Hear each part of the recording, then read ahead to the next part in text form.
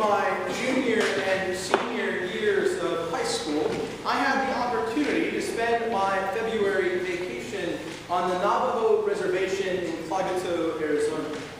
My classmates and I were ready to give of ourselves and spend the week doing work for members of the community.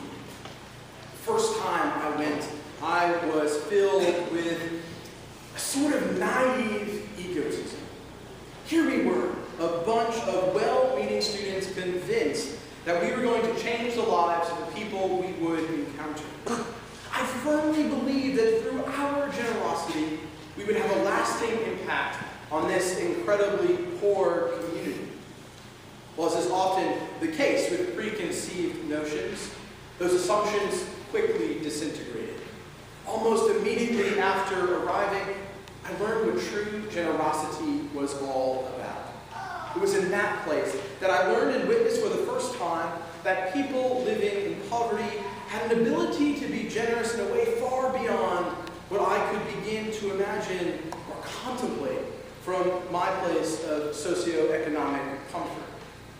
This experience has been confirmed time and time again throughout my life, and not only has it been true in my experience, but there are significant numbers of studies and research that show statistically those with less are more willing to share than those with socioeconomic privilege.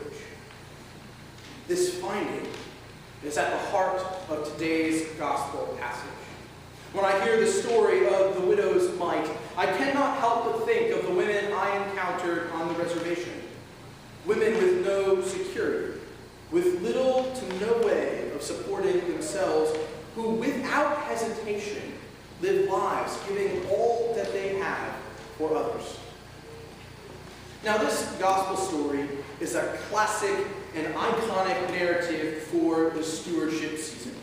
I'm sure if you've spent any time around churches and you've heard a sermon or two inviting you to be more like the widow.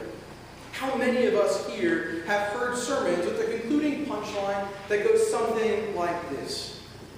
If a desperately poor widow can give her sacrificial bit, how much more should we, so comfortably wealthy by comparison, give out of our abundance? But I think we should not be too quick to put the widow up on a pedestal, thus excusing ourselves from a deeper level of exploration of this parish. Because what Jesus is doing here is far more than simply commenting on the generosity of the poor. This passage is from the Holy Week section of Mark's Gospel. It's the final time Jesus will visit the temple. It's just days before his crucifixion. Leading up to this story, Jesus has been offering one scathing critique after another of the economic and political exploitation he witnesses around him. He makes a mockery of Roman pomp and circumstance when he processes into Jerusalem on a donkey's back.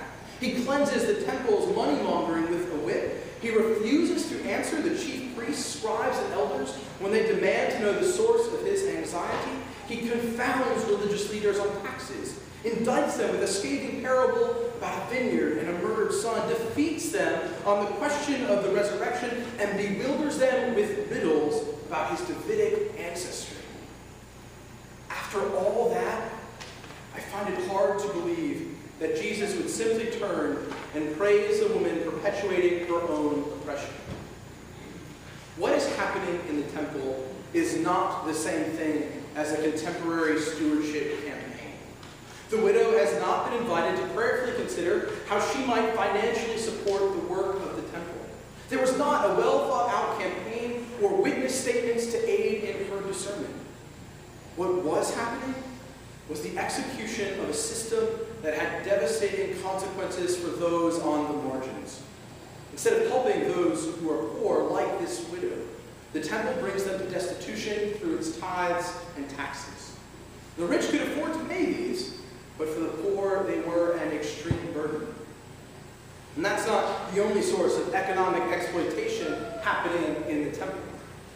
Just before we encounter the widow in this passage, we hear Jesus' critique of the temple scribes. Jesus warns those with him, beware of the scribes who like to walk around in long robes and to be greeted with respect in the marketplaces and to have the best seats in the synagogues and places of honor at banquets. They devour widows' houses and for the sake of appearance say long prayers. They will receive the greater condemnation. In this, Jesus is not critiquing Jewish religious practice, but rather he is critiquing religious practices that are nothing more than masks for egotism and greed. You see, in those days, when a woman was widowed, her family's property or her home would be turned over to the scribes because the societal understanding of the day said that women were not competent enough or capable to manage their own affairs. And instead of honoring the trust placed in them, some of these religious leaders took advantage of the widows. They squandered that which had been entrusted to them. Taking the two parts of this passage together, what Jesus witnesses, what he asks the disciples to notice, and what must capture our own attention as well, is the religious institution being corrupted by oppressive and exploitative practices. If we look closely at this text, we discover that Jesus does not actually praise the widow's actions. Centuries of stewardship sermons notwithstanding, Jesus never commends the widow, applauds her self-sacrifice, or invites us to follow in her footsteps. He simply notices her and tells his disciples to take note, saying, "Truly I tell you, this poor widow has put in more than all those who are contributing to the treasury. For all of them have contributed out of their abundance, but she, out of her poverty, has put in everything she had, all she had to live on." Jesus is not one to give into hyperbole, so when he says all she had to live on, he means it. And in fact, the Greek word behind all she had to live on is bios, the word that we get biology from. It means life. So in other words, the widow sacrificed her whole life. I don't know about you, but as I've been wrestling with this, I found myself getting into an unsettled and uncomfortable place. At least for me, there's something more digestible, there's something easier to receive about that more common interpretation and engagement with the story of the widow's mite. But then maybe there's something important and necessary in being uncomfortable. After all, the phrase to comfort the afflicted and afflict the comfortable, important to get that right, to comfort the afflicted and afflict the comfortable exists for a reason. In this passage, there's an invitation for us to consider beyond financial stewardship. There's an invitation to a faithful commitment of the whole of our lives. We are asked to commit ourselves to being in full relationship with God, acting on behalf of God in this world. Today's psalm describes clearly what this way of life is all about. For we follow the Lord, who gives justice to those who are oppressed and food to those who hunger, who sets the prisoners free, who opens the eyes of the blind, lifts up those who are bowed down, who loves the righteous, cares for the stranger, sustains the orphan and widow, but frustrates the way of the wicked.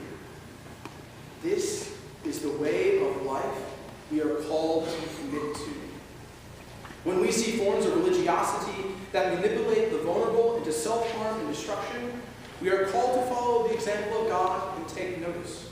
When we see forms of piety that privilege long-winded prayers over works of compassion and liberation, or versions of Christianity that enshrine soul-killing suffering, or practices of faith that coddle us into apathy in the face of any form of injustice, be it economic, racial, sexual, or political, we are to take notice and call those things to account. There are ways that I think we already do this here at St. Luke's, and I think we're called to do more, to push ourselves further, to trust that God will provide for us just as the widow of Zarephath was provided for in our first reading today.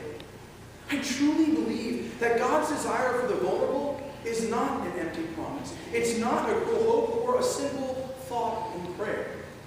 God's desire for liberation, freedom, and restoration for all people only becomes reality when each and every one of us accepts the call to be participants with God in the world. when each and every one of us lives by generosity instead of scarcity. When we take an honest look at our lives and share what we have, being mindful that we do not put ourselves in a place of risk of self-destruction so that others might benefit from our abundance. For all that we have is nothing more than a gift from God, a gift to be shared.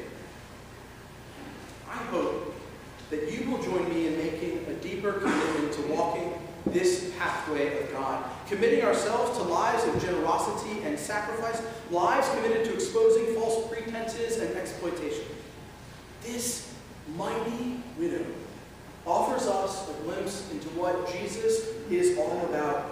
Just days before, he will sacrifice the whole of his life for the freedom and redemption of humanity. As we consider the widow this morning, may we be strengthened to do the same.